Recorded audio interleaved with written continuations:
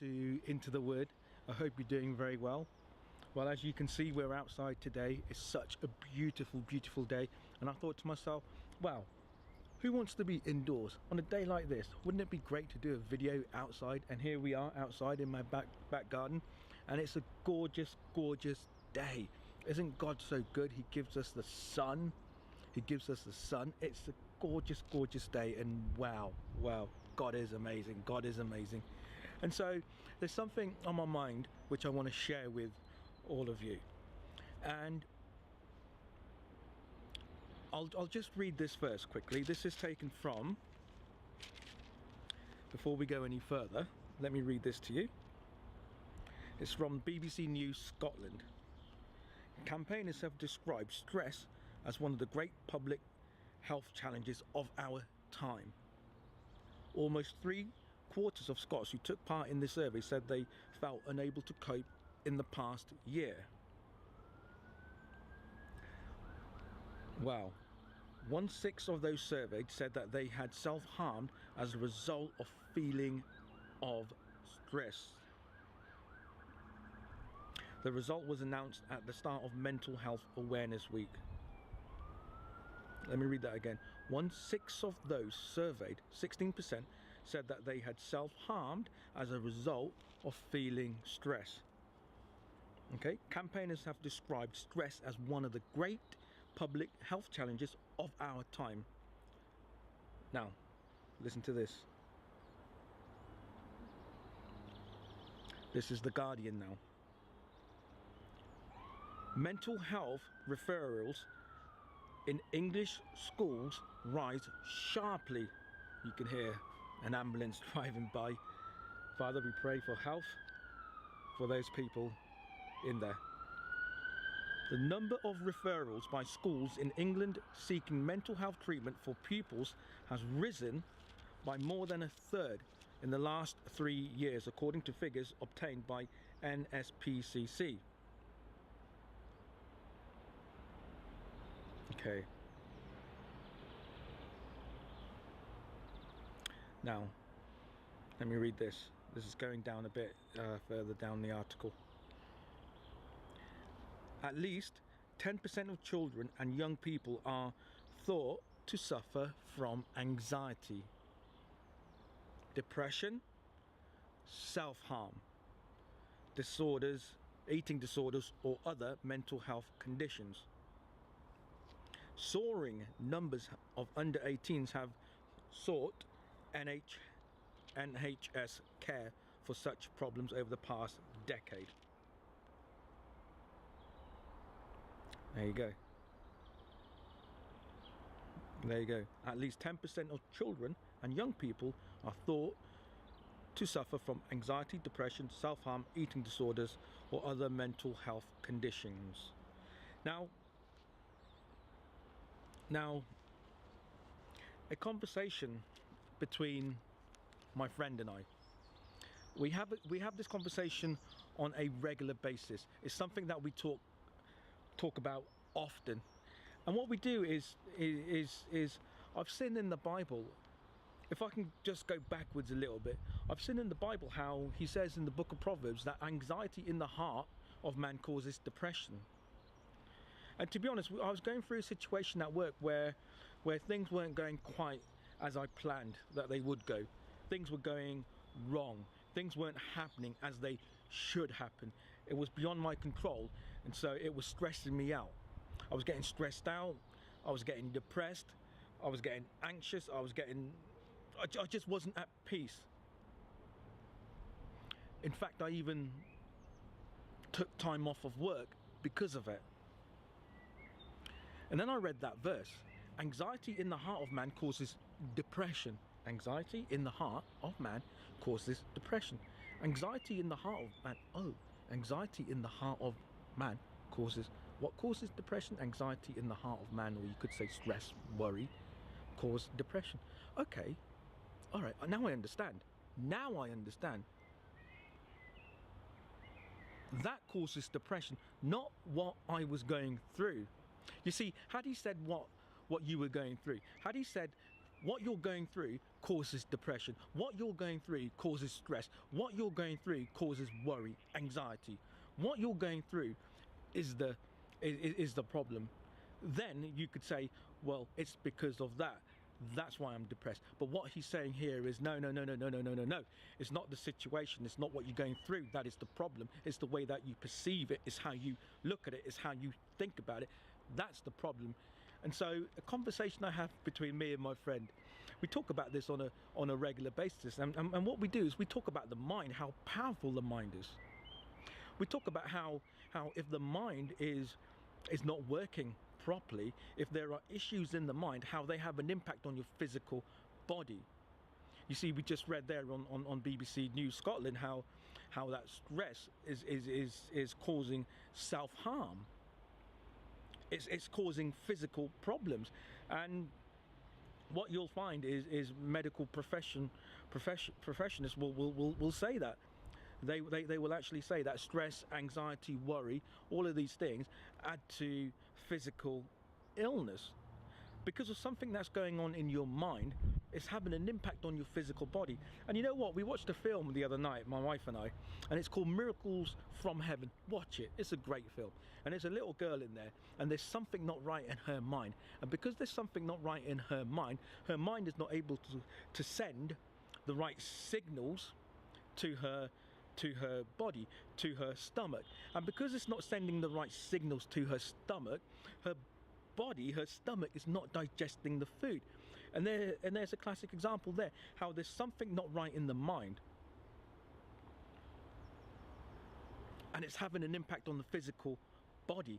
That's how we're made up. Our minds and our bodies are connected, so much so that what happens up here has an impact on what happens in your body.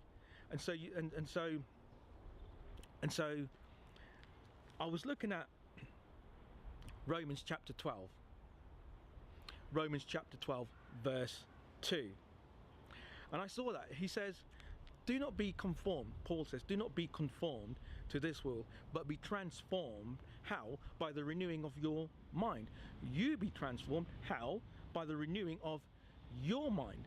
Our transformation, or our change, you could say, you be changed. How can I be changed? By the renewing of my mind. What does that mean, to renew my mind? What does it mean? It means simply this: to change the way that I think. But before that, he says, do not be conformed. And I'm beginning to think this. I'm sat down and I'm in my meditation time, and I'm thinking this: hold on a minute. Do not be conformed. Do not be conformed. Do not be conformed. What? You're telling me not to be conformed. God, you're telling me don't be conformed to this world. Okay, what? Don't be conformed. Don't be conformed. Don't be conformed. Oh, I understand. So me being conformed, what is it to be conformed? First of all, to be conformed is to be pushed into a shape that you don't really want to be in. To be conformed is to be pushed, squeezed, shut in a box that you can't get out of. You're conformed to that way of behavior and you can't get out of it. So you're being conformed. So you could, let me put it this way. So you're being conformed by your thoughts. So you have to ask the question, what is it that we're being conformed by? We're being conformed by our thoughts. Our thoughts are keeping us in a particular place. For instance, your fear of heights is going to keep you from going somewhere quite high. That's you being conformed. Your fear of spiders is going to keep you from going near a spider. That's you being conformed. You can't go there because there's a spider there, because you have a fear of spiders. So you are now conformed. Is it the spider that's the issue? No, it's the thoughts that you have. I'm scared of spiders. You're now conformed. And as long as you think I'm scared of spiders, you're never going to go near a spider, because that's what you think. So you're conformed. You're in that prison of I'm not going there. Why? Because there's a spider there. There might be 200-300 pound on the floor, but there might be a spider on top of that 200-300 pound. You won't go there because you're scared. You need that money, but you're scared. Your thoughts are, I need the money, but I'm scared of that spider, and because I'm scared of that spider, I'm not going to go and get that money. You might need that money to pay your telephone bill. You might need that money to pay some other bill, but you won't go there because there's a spider there. So you're conformed. You're being conformed. It is your thoughts that are conforming you, not the spider. You understand? So our thoughts. So what Paul says is, do not be conformed. And so you have to think of it like this. Do not be conformed. Do not be. You're telling me not to be conformed. Well, if you're telling me not to be conformed, that means I have a choice whether I am conformed or not. You see? Do not be conformed. If he's saying do not be conformed, that means I have a choice whether I am conformed or not. So the choice is this. Am I going to be scared of spiders? Am I going to think that I can't do this? Am I going to think that I can't go over there because I have a fear? Am I going to think I can't get through this because I have a fear? Am I going to think that I'm never going to escape this? No, because that way is conforming. Picture this. You have two people going through the same thing. So you have one person on one side, the other on the other side, and one of them says, you know what, I'm going to do this, I'm all right, I'm going to be all right, I'm going to breeze through this. And then you have the other saying, you know what, I can't do this, how am I going to do this, how will I do this, well if I do this, then what if I have to do that, and if I do that, well I won't be able to do that. So the thought pattern of that person, the one who says he can't, he's being conformed, he's being kept in that box, he's being kept in that prison simply because he's having those thoughts. The one who's being transformed is the one who says, you know what, yeah, okay, I got this, yeah, okay, I'm going to breeze through this, yeah, okay, you know what, God in me is going to help me. So he's being transformed by what? His thoughts. So he's changing the way that he thinks. He may have originally thought, I can't do this, but even if he did, now he's thinking, I can do it. And so he's changing the way that he thinks. So instead of his dominating thought being, I can't, now his dominating thought is, I can. And that dominating thought of I can is opening the door for God to come in and help him overcome. So you have to think to yourself, you have to think, do I want to be an overcomer, or do I want to be somebody who is a victim? What sort of mentality do we have? Do we have a victim mentality, or do we have a victor mentality? Do we have a mentality that conforms us, keeps us, binds us, holds us, stops us, or do we have a mentality that, you know what, yeah, I got this, that pushes us forward, pushes us, keeps us going forward, onwards and upwards? Where are we going? Where are we going? So I love that. He says, do not be conformed. Do not be conformed. And you know what? Sometimes we have conversations, and I have conversations with different family members and different people around me. And sometimes, you hear other people's conversation around you. You know, you go to places where there's people and you hear conversations, and you hear people say, yeah, it could be something like talking about going to a restaurant, and they say, oh, actually, let's not go there. Why?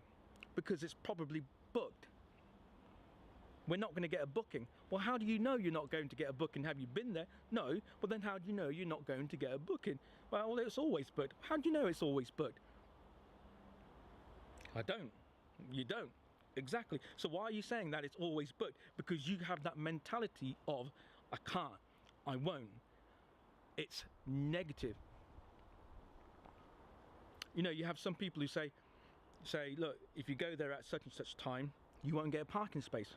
Well, how do you know? Have you been there at that time? Well, yeah, I might have been, might have done, but have you been there now at that time? No.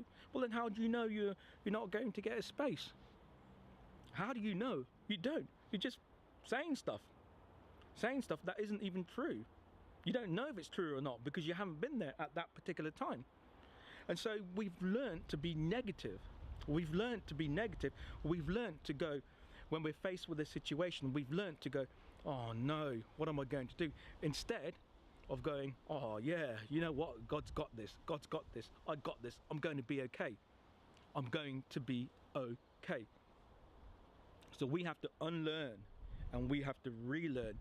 And what we have learned in the past has kept us from moving forward. The mentality that we have is the one of conformation, or it's the one of being conformed. And that's what Paul is saying. Look, don't be conformed. Don't have that mentality. I spoke to my friend a few months ago and I said to him, well, look, my friend, if you're going through something small and you can't deal with it in a constructive way, this is what we're talking about. It's learning to think in a constructive way. Because if you can learn to think in a constructive way, that constructive thought pattern can have an impact on your behavior, and you can behave in a constructive way. You can speak in a constructive way. And when you speak constructively, when you behave constructively, when you think constructively, you open the door for God to come into you and work something in your life. And that's what Paul says. Do not be conformed. Do not be conformed. Don't have that negative thinking. Don't have that thinking that keeps you in bondage. You know, there are some people who are ill and they think all the time, well, I'm ill, I'm ill, I'm ill. Well, yes, we are ill, but I'm not saying you have to think it all the time. When you're lying in your bed, I'm ill, I'm ill. So you ring up your friends, you say, yo, I'm ill. Well, yeah, you are, but then do we have to talk about it? Do you have to talk about it? Do you have to tell the whole world that you're ill? You don't. Why do we do this? Why do we do it? Why do we ring everyone and say how bad life's treating us? You have some people, when it rains, they say, what a horrible day. Well, it's not a horrible day. Why is it a horrible day? Because it's raining. So what if it's raining? If there was no rain, there'd be no grass, there'd be nothing would grow. We need the rain. Thank God for rain. You have some people who when they look at the weather, when they look at the sun, they say, oh man, it's too sunny, it's too hot, it's too this. You know, we have to shake off that negative thought process. Because as long as we have that negative thought process, we're always going to be negative, especially when the promises of God are concerned. So when we're faced with a situation, we go, oh no, how? You know, there are some people who are addicted to alcohol. There are some people who are addicted to nicotine. There are some people who are addicted to pornography, and all they think is that they're always going to be like this. All they think is that they're in this little box and they can't get out. And as long as they keep thinking that, they're going to keep being conformed. And as long as they keep being conformed, they can't get out of that little box. In fact, it's not even a box, it's a prison. It's a prison. There are some people who are in the prison of bitterness. There are some people who are in the prison of jealousy. There are some people who are in the prison of rage, anger. And they can't get out. Reason being is because they always think that it's always going to be like this. Reason being is because they always think that this is all that there is for them. You know these people. You've met these people. I've met these people. Is it always going to be like this? Will my life always be like this? Will I ever amount to anything? Will my career always be like this? Will I ever get that promotion? Will I ever get that job offer? Will I ever get that relationship? Will I ever? As long as you think like that, that's you, that's us being conformed. When we think that way, we're being conformed. So Paul's trying to say, look, my friend, stop that way of thinking and start to think a new way. Be renewed, be transformed rather by the renewing of your mind. You renew your mind, you think something different, and you'll be transformed. And so when I read that, I thought, wow, isn't that amazing how the mind has such a strong impact on what you actually experience. It's so sad to see these young ones, to see these teenagers, to see these young girls, and what they do is they see stuff on social media, and what they're seeing is Facebook, Instagram, Snapchat, and all of these other things. There are stuff that's not even invented, and you can guarantee it's going to be on those social platforms as well, social media platforms as well. Well, I'm having a good time. Well, I'm having a good time. Well, I'm doing this, and I'm doing that, and I'm going here, and I'm going there, and I'm sunning it up over here, and I'm sunning it up over there, and I'm having a good time, and the whole world revolves around me. And then you have some youngsters who perhaps they can't afford stuff like that, and they go, oh no, I'm depressed, and because they're depressed, they want to jump off a cliff. How sad is that? How sad is that? And we, as adults, we have a responsibility to teach our children to think constructively. And we need to take that seriously. Honestly, we need to take it very, very seriously. It's a serious thing. We just read that in the news. We just read that a few minutes ago, how mental health, mental mind issues have an impact on your physical body. And we have to teach our children to think in a constructive way. But before we can teach them, we have to first learn it ourselves to think constructively. So get yourself in your bedroom, get yourself in your kitchen, get yourself in the living room, turn everything off and close your eyes and think constructively. Think about the word, think about how God is going to use you, think about how God is going to do something good in your life. Think about how you can make your life better from where you are to where you want to be. You know, you don't have to think about the Bible. You don't have to meditate on the Bible all the time. You can think. You could think if you got a job at such and such place, you can think, okay, well, how can I get a promotion? Okay, well, I can get promotion by doing this. Okay, how can I make that happen? Well, okay, if I do this, then I can make that happen because doing this is going to enable me to make that happen. So you have to learn to think in a constructive way, and that's what Paul is saying. It's very simple, and sometimes we can complicate the gospel so much. It's amazing. It's amazing, and it's a shame. It's a shame we complicate things so much, and all it is learning to think differently to what we already have been thinking to something new, because what we have been thinking keeps us down here, and we want to think a different way to bring us up here. You know what? Down here is nothing. Down here is where you crawl. You know what? When I was a baby, I was crawling. I was down there. My thoughts were down there. When I was 10, I was crawling, my thoughts were down there. When I was 20, I was crawling, my thoughts were down there. When I was 30, I was crawling, my thoughts were down there. When I was 40, I was crawling, my thoughts were there. But when I turned 45, I thought to myself, hold on a minute, there's something wrong with the way I think. There's something wrong with where I am. I'm down there, I want to be up here, I want to be up there. So what am I going to do about it? Well, I have to change the way that I think. I have to say to myself that I'm a winner. I have to say to myself that, you know what, I am a conqueror. I have to say to myself that, you know what, I've got this. I've got this. It's okay. It's okay. And you know what? If you look around, if you talk to people, you realise how broken people are. In our little units, in our little family circles, we see people and we see how broken people are. If we take a close, hard look, we can actually see where we're broken. And that's why the gospel is so good. That's why the Bible is so good. That's why Christianity is so good. Oh man, that's why Jesus is so good. Jesus is so good because he's offering a way out of your brokenness. He's offering a way out from the situations that you struggle with. But the way out is to think differently. Remember that. The way out is to think differently. Think something different to what you've been already thinking. It's so good. It's so good. Christianity is so good. It's not like other religions. Yes, you know what? Christianity is about having a relationship with God. And as a result, you experience all that he has for you. But you have to put some effort into it, my dear friend. You have to think constructively. That's what Paul says. Again, that's what Paul says. Learn to think in a constructive way, because if you carry on thinking in the way that you have been thinking, you're being kept in that little box, and in that box there's nothing. In that box it's just empty. It's just empty. Who wants to be in an empty box? Not me. As I said, I've had 40 years of being in an empty box. What did I get out of it? Nothing. It's so good. It's so good. It's so good. Let me just read it again. And do not be conformed to this world. What's conforming us? What's keeping us where we are? Our thoughts are keeping us where we are. But be transformed, be changed. How? By changing the way you think. By renewing your mind, you be transformed. How? By you renewing your mind. It's very simple. It's not complicated. I love it. It's so good. It's so good. The word is so good. The word is so good. Father, I thank you in the precious name of our Lord Jesus Christ for the word. And there goes a helicopter. God bless the helicopter. Father, I thank you and I praise your wonderful and your holy name. Amen.